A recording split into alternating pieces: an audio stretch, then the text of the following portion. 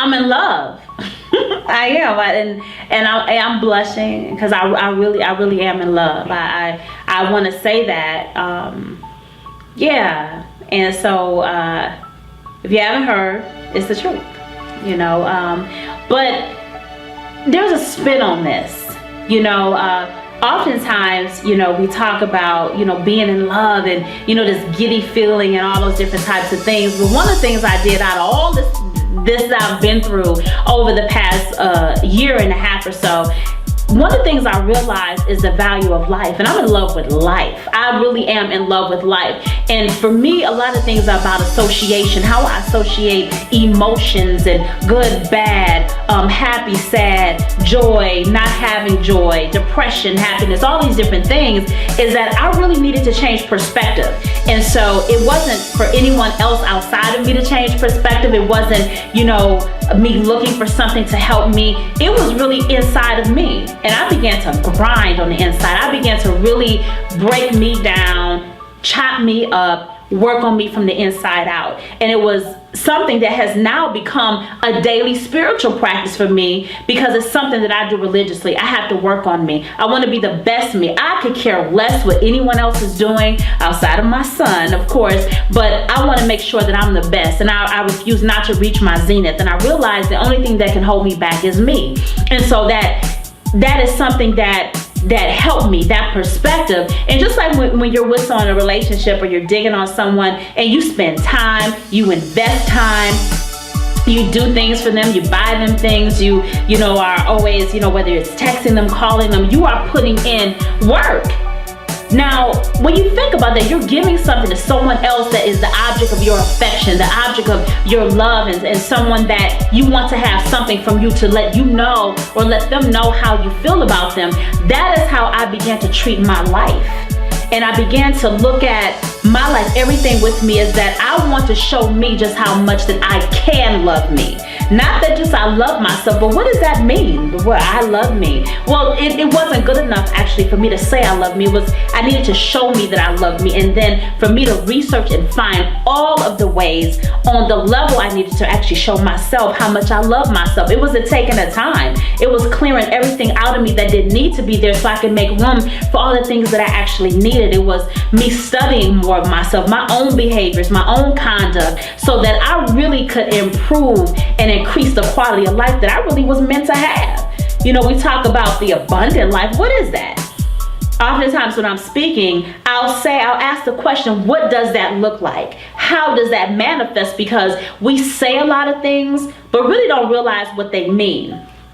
A lot of the stagnation, the complacency, the mediocrity that oftentimes many of us feel, it's our fault. It really is up to us, because we have the tools and the knowledge. When you know better, you do better.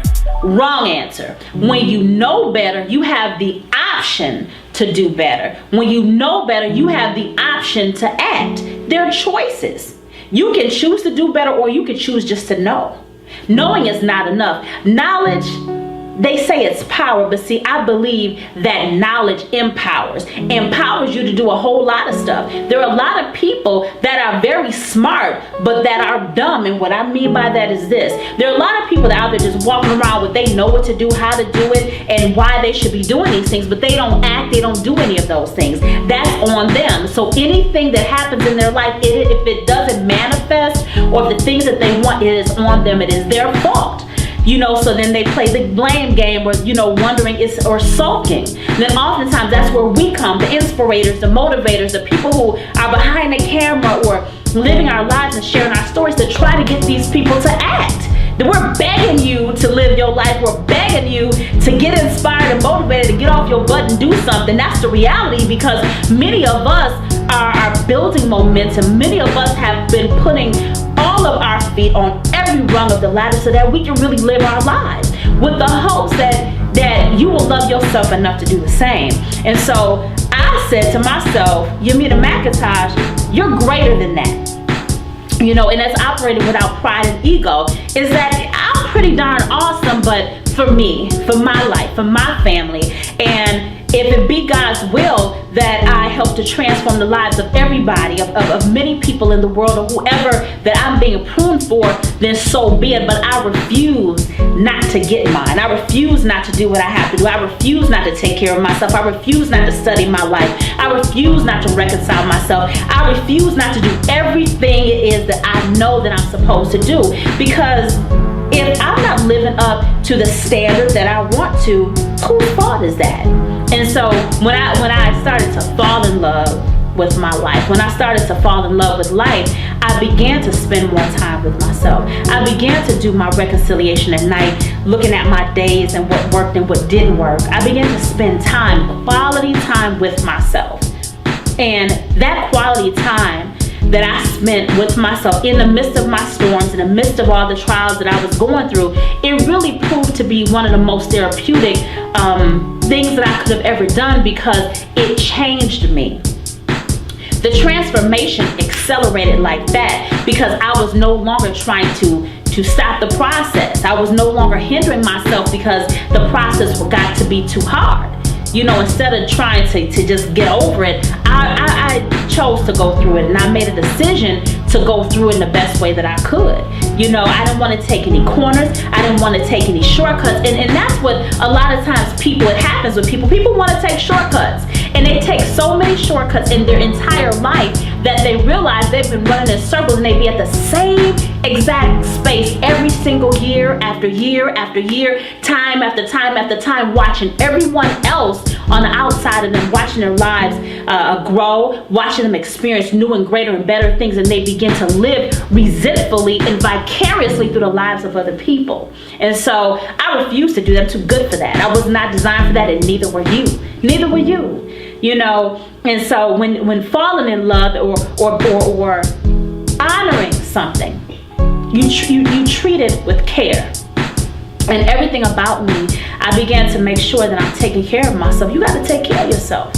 You have to detoxify your life.